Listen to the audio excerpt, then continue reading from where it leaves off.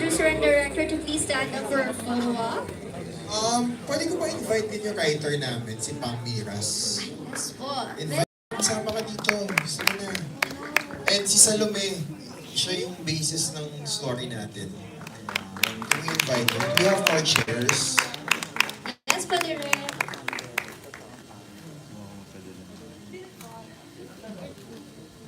Ako na lang dyan, ako na lang dito. Yan.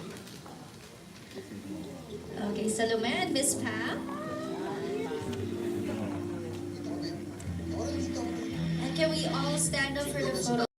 You'll be safe in my romance. Again, congratulations to the team. And let's face front, center. Closer. Are we all good?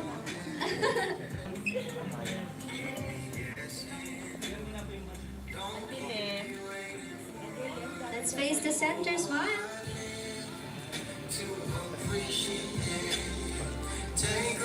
Let's face 45 degrees to our right.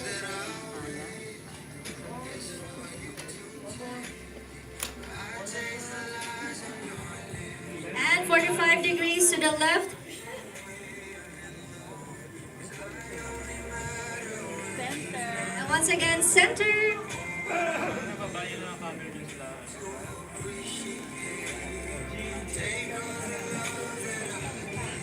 Thank you very much. All right, that's our photo op. Please take your seats. Can we move one seat over here?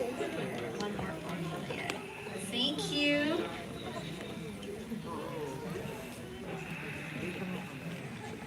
Okay. Let's move on to our Q&A. Let me check our first batch. Again, would like to thank our sponsors, by the way, Midoko and Premier Condoms. Thank you very much. And also, again, later tonight for our dinner at Wing Zone. See you later, all of you guys. So, let me see for our first batch. I still don't have our first batch. Okay, for our first batch, please stand by. Leo Bucas of Push, Dondon Termina of Abandoned News Online, Miss Esther Amoyo People's Journal, Malaya and Showbiz Portal, and Mr. Mario Dumawal of TV Patrol, and Robert Brigantina of Manila Bulletin. Our first question will be coming from Leo Bucas of Push.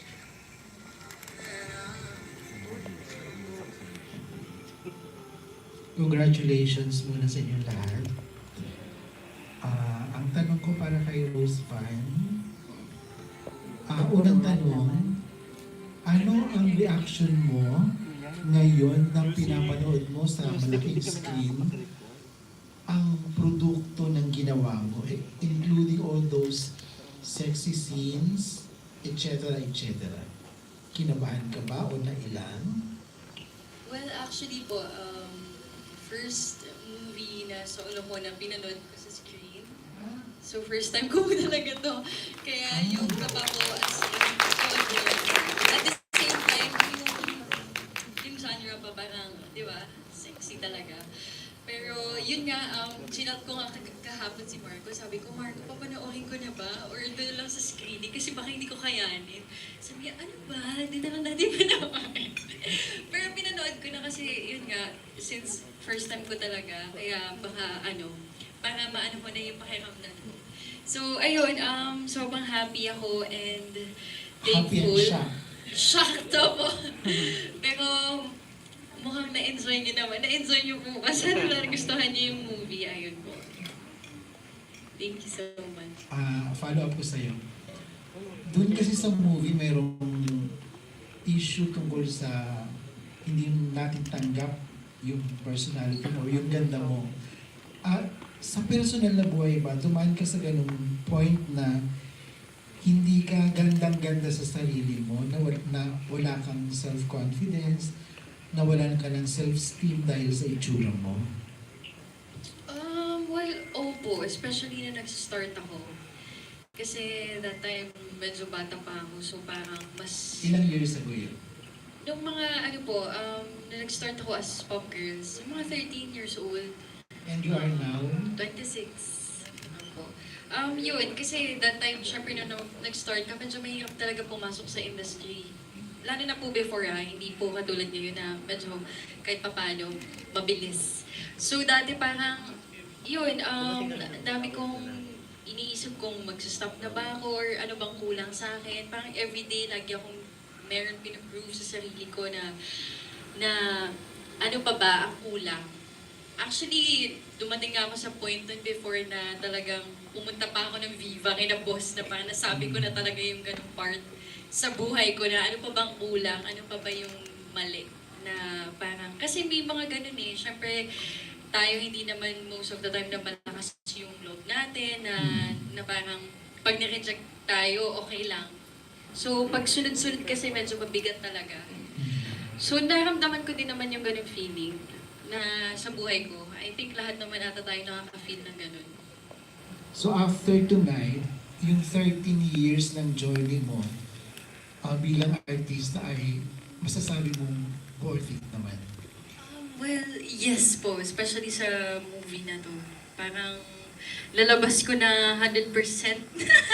Hindi naman. Alam ko meron pang ilalabas. Pero talagang binigay ko yung best ko po dito sa movie na to. Especially, gusto ko din naman na ipaglaban yung mga work na ganito, yung katulad kay Salome. Oo. So, yun po. Congrats, ang galing mo. Thank you. Thank you very much. That was Leo Lucas of Push. And at this very moment, we will allow only one question for press. Thank you very much. Okay, for our next question, let me call in Donan Servino of Abante News Online. Thank you po. Naging one question. Tatlo pa rin. Anyway, kayo direct ko na, Direct Joy, kasi ang dami na namin napanood sa eksaktong area na to, ng mga sexy movies, sex films, and iba't ibang klaseng sexy na rin. Pero iba pala, pag babae ang nag-direct, no? Yung sensibility, lahat ng mga, parang mas intense pa nga, mas ramdam yung, ano ba sabihin, area factor, may feelings, gano'n.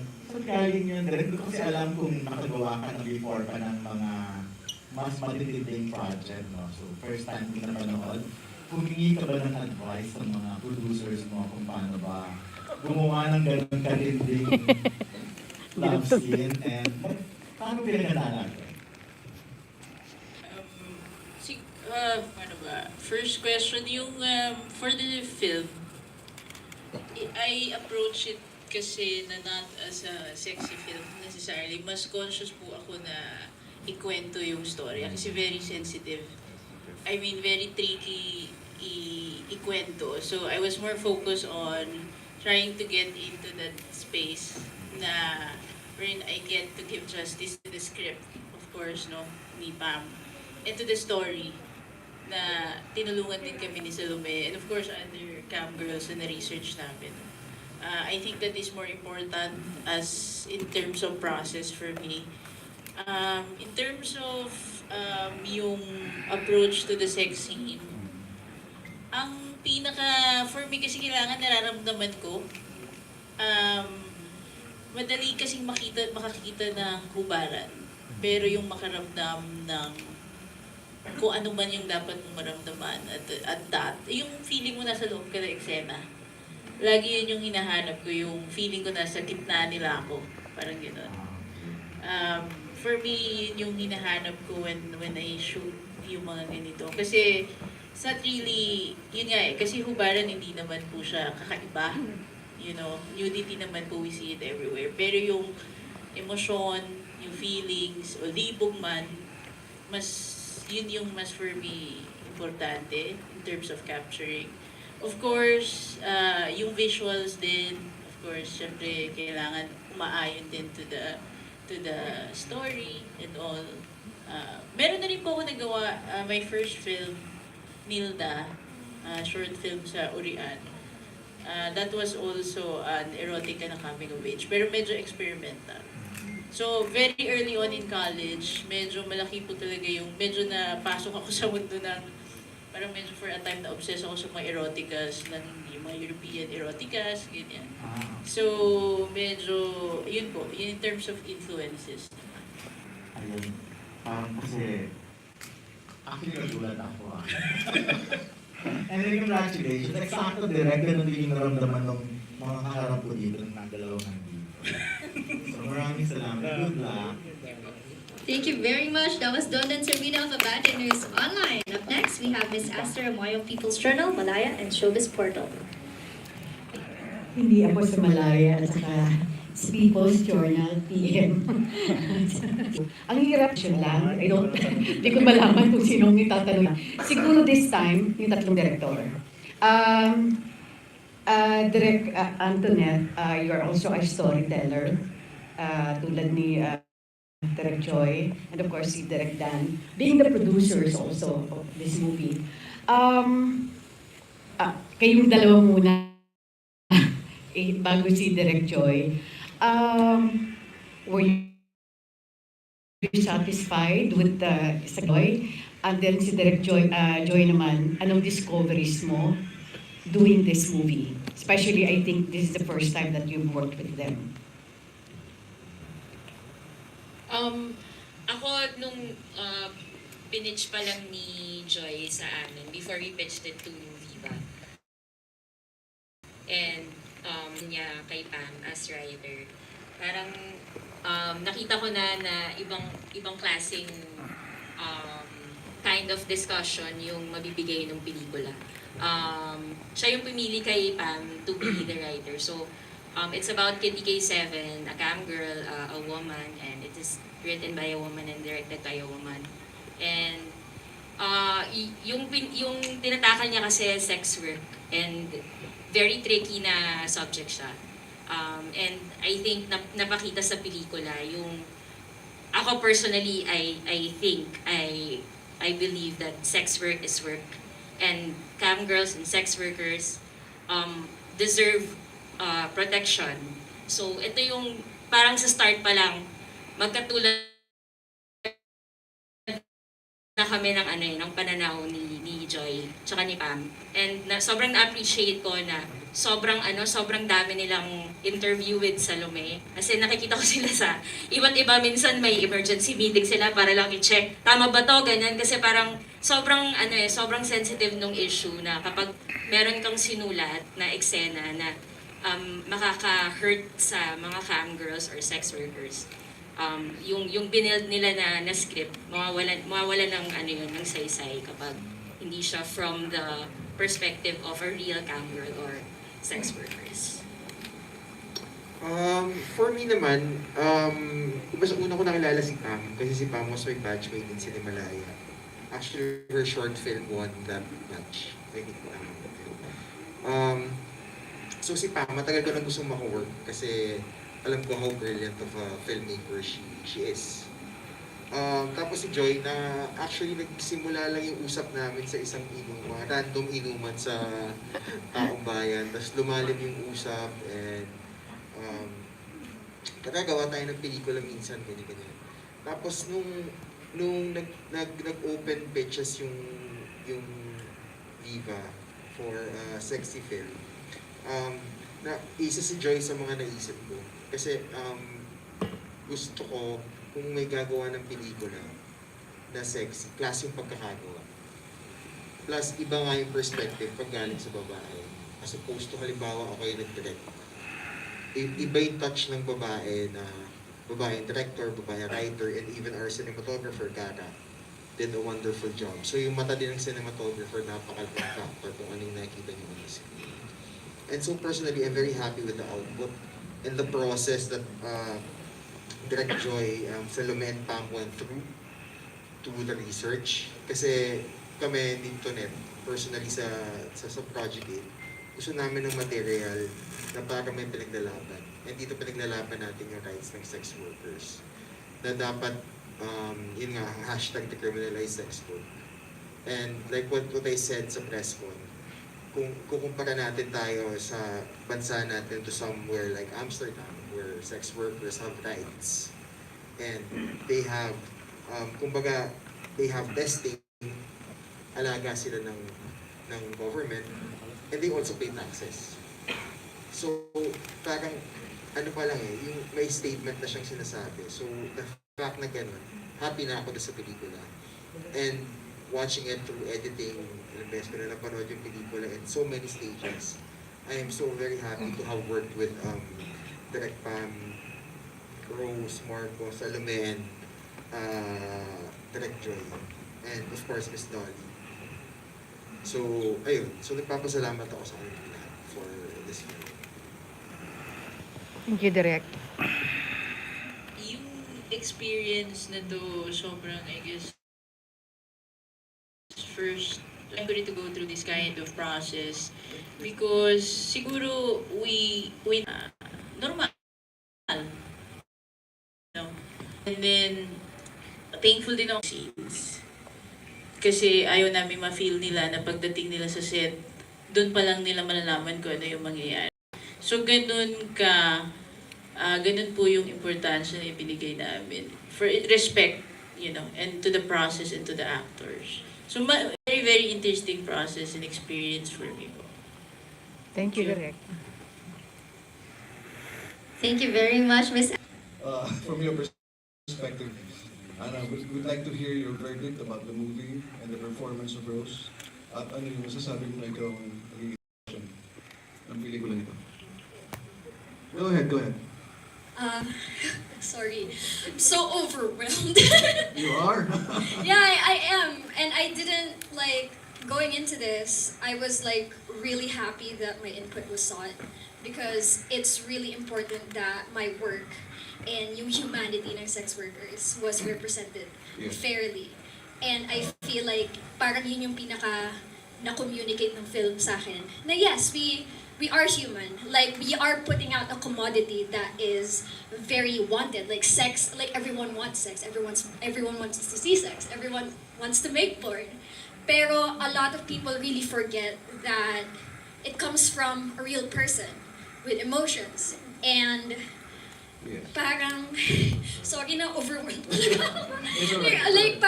I thought that it was important rin that it was shown the dangers that we face and yung illegal nature niya and the harassment that we face from our followers and fans and the people that we meet on the street and how badly stigmatized it is that the stigma actually rips families apart. It did for me. I was actually really surprised how much of the details of my story made it into the film, especially the scene where, I started exploring my sexuality with the photographer as well. And the way that parang naghiwalay kami ng nanay ko, ganun na ganun. Ganun na ganun? Yeah, ganun. Hindi Hindi ko, naman ibalik I don't know how much of it, no, I don't know how much of it I shared with Pam, but I was like, yeah, it is that painful. Okay. And, it's so important to me that this film is out there and is telling everyone, how, that meron kaming humanity that people often forget. Yes. Because they always feel that there's a separation between the product that we put out versus, us as the worker. So, ayun rin, and it's really important rin to me that, na yun yung naging goal ng film to push for the decriminalization of sex work. That is what we are pushing for talaga, especially the org that I'm in. I belong to the Philippine Sex Workers Collective and activist groups formed by sex workers, yun talaga yung goal. Okay. Decriminalization. So yeah, it's really important to me. Okay. And I'm grateful. Thank Okay, you. Miss Salome, and finally, what do you think of the performance of Rose? It was really moving. The performance of the two leads was really moving and really it really tugs at your heartstrings, I believe. So yeah, thank you. Okay. And finally, if I may, we'll ask a rejoinder from Rose. Kung ano lang yung masasabi niya sa sinabi mo. Sinabi ni Salome sa acting mo. Sir Mario talaga. Yes. Well, first time kasi kami meet ni Salome in person. Lagi kaming Zoom lang. Well, Yeah, okay. ayun, sana nagustuhan mo yung movie. Sana, yun lang naman yung lagi namin pinag-uusapan din ni Direk before namin gawin tong film. Parang importante talaga na ma-feel ng mga tao yung pelikula. And yun, sana kahit pa paano na pakita namin sa movie na to talaga yung, alam mo yun, yung na-feel nyo second word. So, yeah, thank you. Thank you very much. That was Mr. Mario Dumao of TV Patrol. Up next, let me call in Mr. Robert Riquetina of Manila Bulletin. Magandang gabi po. Ako yung sa Volga. Kasi kay Salome, Rose, Mark, and pwede kay Miss Dolly. Okay, times are hard or times are changing. Is it gonna be love or career and why?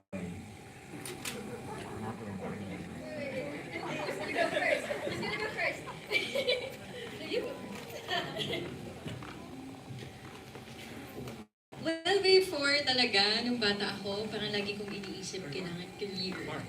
Well, yun naman talaga pag medyo bata ka pa, syempre, iniisip mo lagi yung future mo. Di ba, kung saan ka pupunta, kung ano yung... Once naman na feeling mo na nakakontento ka na and nagiging happy ka na, parang dun ka na darating sa point na pipiliin mo na yung bagay na nagpapasaya sa'yo. Which is, ako, feeling ko sa age kong to, mas, alam mo yun, mas nandun na ako sa kung saan ako masaya. Ayun. Work, grind, you know, till the end of the year. Yeah. Ba't kailangan pumili? Hindi ba pwedeng pareho sabay? Ang difference lang kasi, pero valid yung question nyo, kasi yung si Krishna kasi pinapapili niya eh. Pero pag umabot na tayo sa point na pinapapili na tayo, ay di iwan na yan at career na.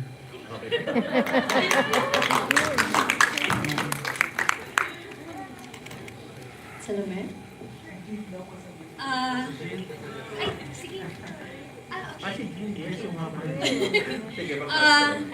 Well, I feel like if you have a partner, a romantic partner, meron kayong sagi-sagiling boundaries and intimacy thresholds, right? And yeah, I do accept that a lot of people still believe in monogamy, and I understand that it's gonna be hard for partners of sex workers to to essentially to share their partners with the rest of the world, especially people and like the choice that I made then. With your emotions and yeah, I don't know. For me, it was really what? How about you? Position. Siguro nga yung sariling scene. Yung nagsasarili tayo. Yung sa video ko. Yun. Naalala ko pa nung time na yun, sabi ni Marco, "Uy, Rosa, itulungan mo ako mamaya ah." Sabi niya, baka kasi yung magsasabi ng lines mo, yun yung maiisip ko habang ginagawa ko yung scene. So, noon time na yun, sabi ko, okay, pero hindi naman nangyari. So, sino nagbato ng lines? Si Derek. So, siya iniisip mo nun. So, yun ba? Thank you, congratulations. Thank you, congrats Jin may moment ka rin dito. Thank you po. Thank you, Alan Sangon of Stars Photogvids. And please stand by for our next batch. Bernard Santos, My Movie World. Eugene Asis of People's Journal. GNews.ph. Neil Ramos of Tempo. Joey Sarmiento of Remate. Our next question will be coming from Bernard Santos of My Movie World. Hello, good evening. My question is for the two, kay na Rosa, kay Mark. In doing the intimate scenes, paano nyo naalis yung inhibition sa sarili nyo and para maging comfortable kayo sa isa't isa?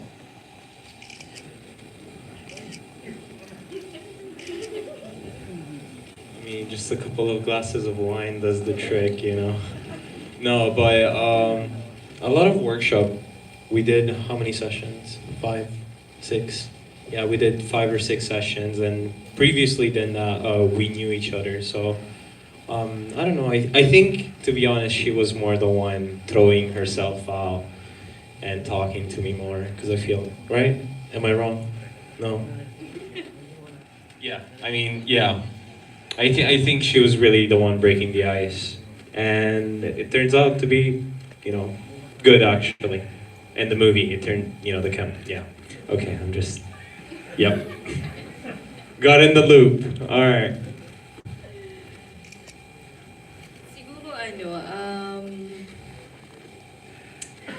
Siguro, kasi noong time na nag-shoot kami, pag nakikita namin sina Direk and yung mga prod, na sobrang alam mo yun, binibigay nila yung 100% nila habang nag-shoot kami. So parang, ang bigat ang bigat pag hindi na namin ginawa pa ng maayos yung eksena. So, ayun, feeling ko nandun kami sa momentum nung shoot. Talagang pag nagtitake kami, in character kami dalawa. So, yun. And siguro yung pangungulit ko minsan kay Marco, kasi si Marco minsan seryoso, ganyan. Mga random kulit ko lang sa kanya, siguro nakakatulong. Yun po. Thank you and congrats. Thank you very much. That was Bernard Santos of My Movie World. Up next, we have Sir Eugene Assis of People's Journal and gnews.ph. Okay. Medyo parang naguluhan ako doon sa isang yung isang linya na anyway. Yung linya na parang parang hindi pera ang dahilan kung bakit ginagawa mo yun, kundi parang you just want to yourself. Parang yun.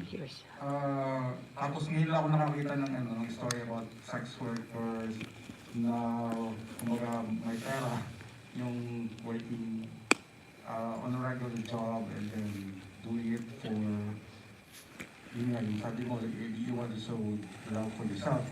Parang hindi ko siya ma-reconcile. Siguro para kay Salome. Yun. Hindi ko ma-reconcile na hindi dahil sa pera. Pero yung ending, parang para sa pera na rin ang nangyari. Gusto ko lang i-establish na tama yung sinabi mo, like, it's hindi lahat ng kinds of sex work ay makakapag-flourish financially the same way that content creators, cam girls, sport performers do. There are many different kinds of sex work, and there are some kinds of sex work that earn more than others. And I'm very privileged to be to be the kind of sex worker that earns enough for me to establish myself and make a living. Now, dun naman sa parang na hindi dahil sa pera that I find that I and other sex workers who like their job, it's very possible for us to find fulfillment. And lalo na for cam girling and making content in particular, because it is a creative endeavor. Like, Kitty is very creative. She's an artist. And actually, like, part rin yun ng background ko. I am an artist na yun yung tinapos ko in college. And parang yun yung kind of fulfillment that I get from my job. Like, I get many different kinds of fulfillment from my job. Like, I get creative fulfillment.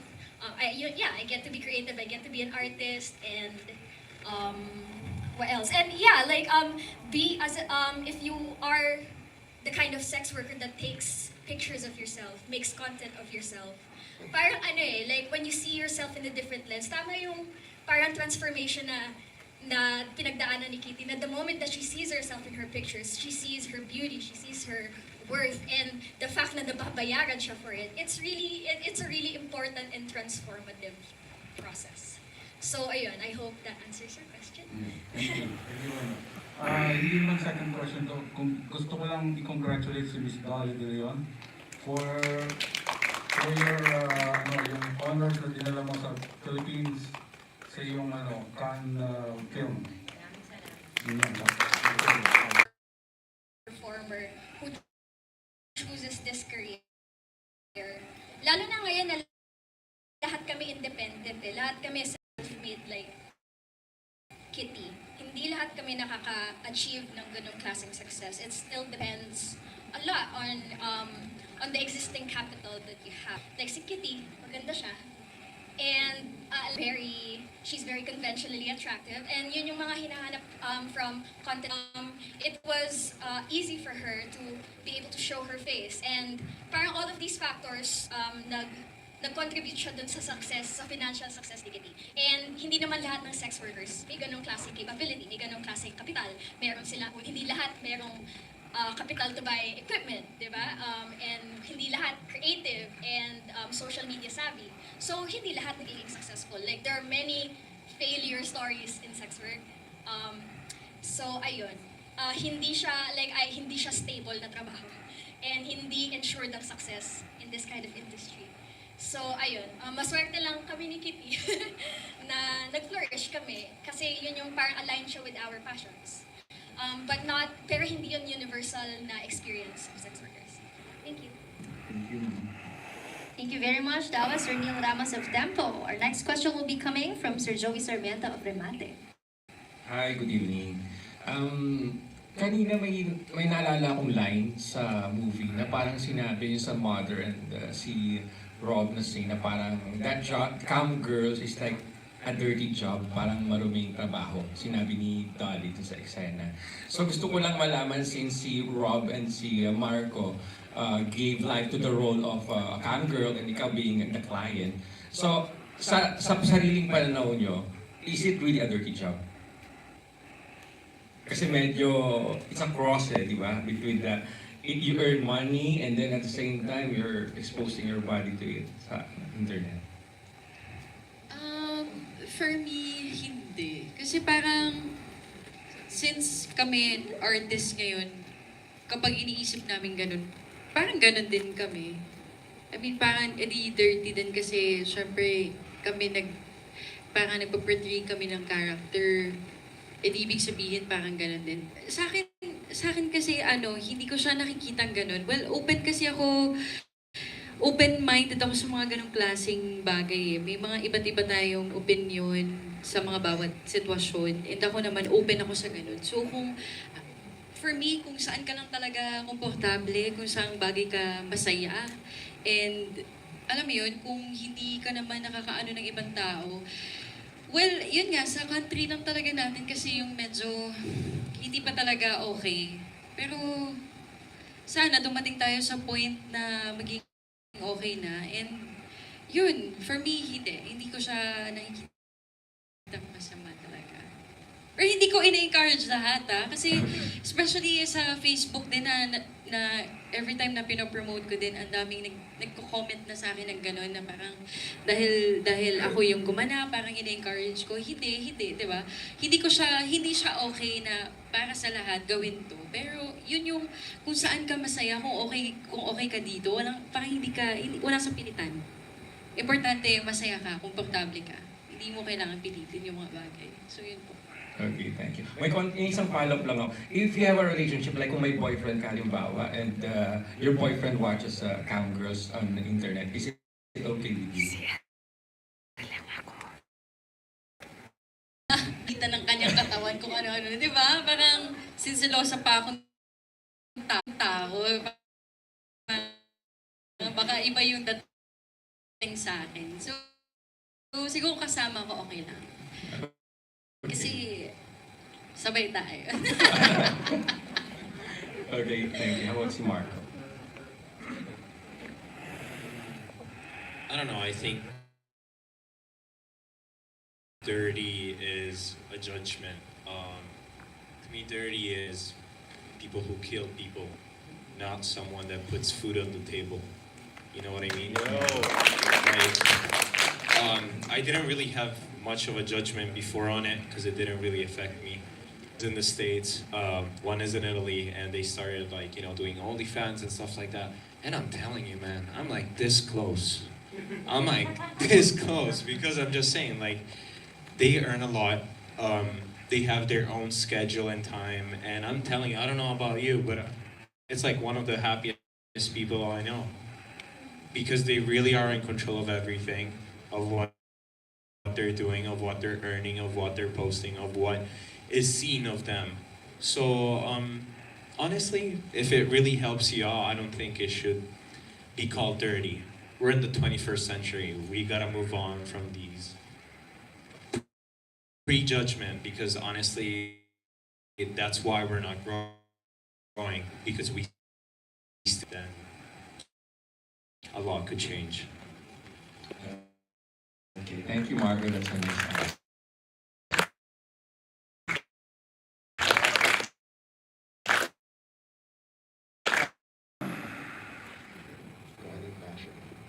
The same way na my mom is over there supported me to become a filmmaker 100%. So I think my son or daughter deserves the same love and support. Kung ano man yung maging passion niya. So,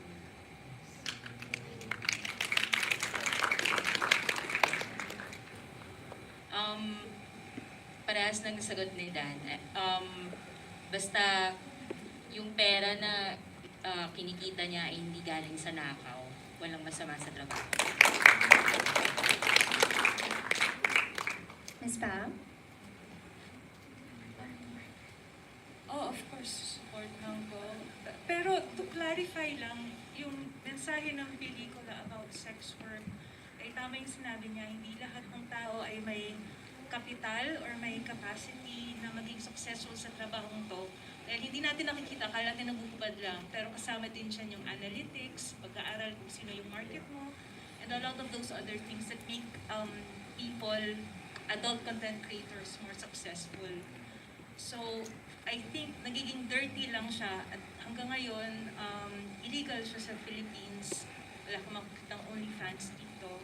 Ay dahil sa idea ng karamihan, ng masa about sex na dapat siya, dahil Catholic country tayo, ay dapat nakapaloob siya sa marriage at bawal siya and all that. Pero, nagiging masama lang siya and tulad ng tanong kanina, kung may exploitation involved. Sa pelikula, klaro na hindi exploited, hindi siya napilitan. And I think yun yung difference. Hindi nito pinopromote ang sex work para sa mga taong ayaw gumawa nito or magiging exploited. Pero kailangan lang magkaroon ng rights din sila na protection. Kunyari yung mga threats na paano ka magsusubong kapag may client ka na in-abuse ka and all that. So, siguro, ano lang to, alam natin na pelikula to ng Viva Max para mag-titillate at mag-entertain ng mga tao. Pero sana, venue din to para mabuksan ng discussion. At nakakatuwa na sa mga press, parang bukod dun sa yung usual na showbiz na nabubuksan din yung discussion about sex.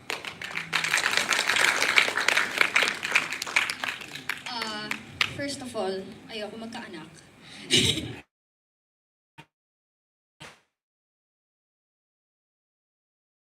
But if they support them, kasi it would be hypocritical of me if I don't. And also, like, ayokong maranasan ng anak ko yung rejection na naranasan ko from my own family. Alam, naiyak ako. and kasi part yun ng parenting eh. Kailangan mo hindi yung anak mo hindi kailangan mo i-respect kung ano yung passions niya, kung ano yung skills niya, and if that aligns with sex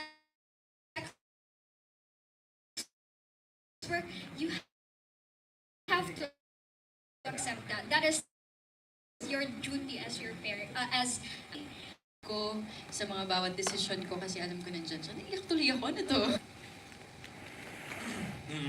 Yeah, I mean, I think if I'm gonna have a kid, I think I'm life.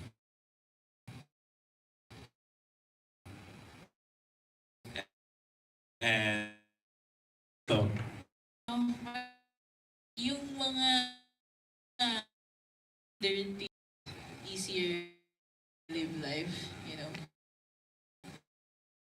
As long as kind siya dun sa mga business, nakakatulong siya sa tao at hindi siya nakakaagrabyado, pumapatay or nagnanakaw.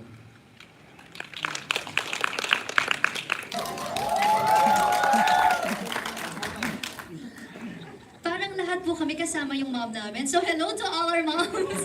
Ang mom ko pala doon sa taas naman. So, I'm sorry for that, but I think you're happy now.